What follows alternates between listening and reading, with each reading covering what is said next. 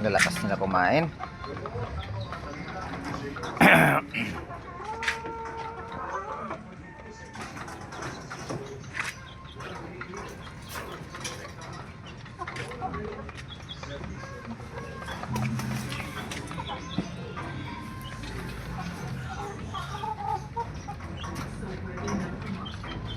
Running performance.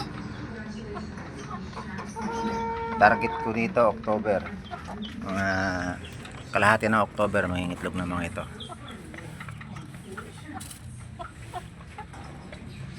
Kasi mga 4 at kalahati lang yun. 4 and 2 weeks. 4 months and 2 weeks na yung itlog ng mga ito eh.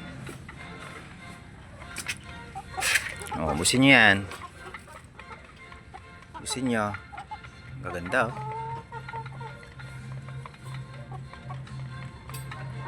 Palahi ko lang mga ito.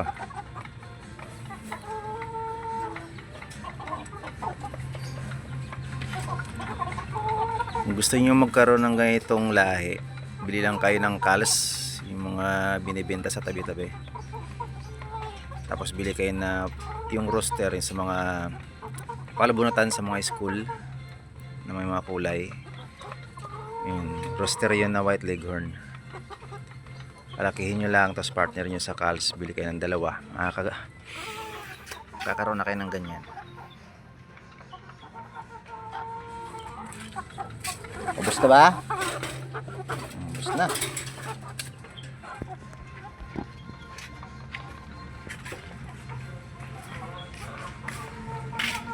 Ito, tapos kumain. Layer 1 pinapakain ko sa mga ito. Maya maya kita sa pugad mga yan. Maraming itlog. Big.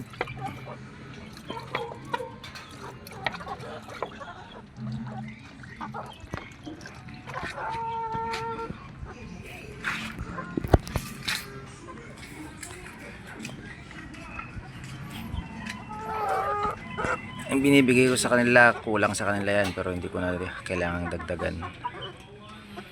Hindi sila kailangan pakainin ng marami.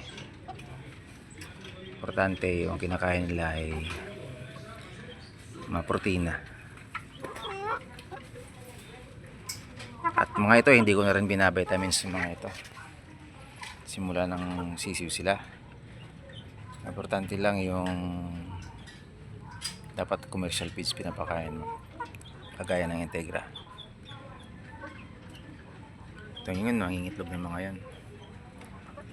Pero hindi ko rin yun binavitamins kailanman. Integra 1 lang. 1 day in 1 month. Pagdating ng 1 month, Integra 2 na. Hanggang sa mangitlog sila. At pag nangingitlog na, change mo na sa layer 1.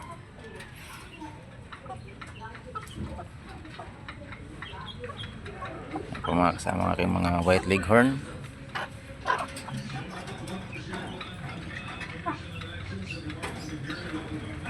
Ang gaganda nila. Ang January pararamihin ko na yung mga yan. Ibibreed ko. Yung roster nila ito.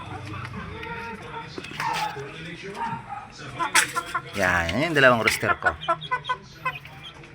By October pwede na yun sila isalang sa 7 hen.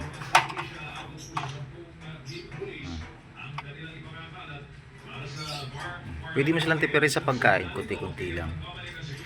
Pero di mo sila kailangan tipirin na pakainin mo lang kung ano ng mga dahon.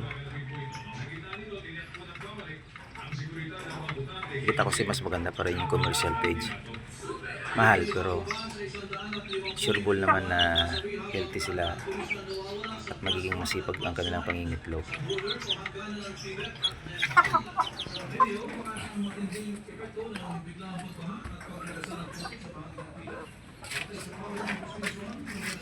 Alright.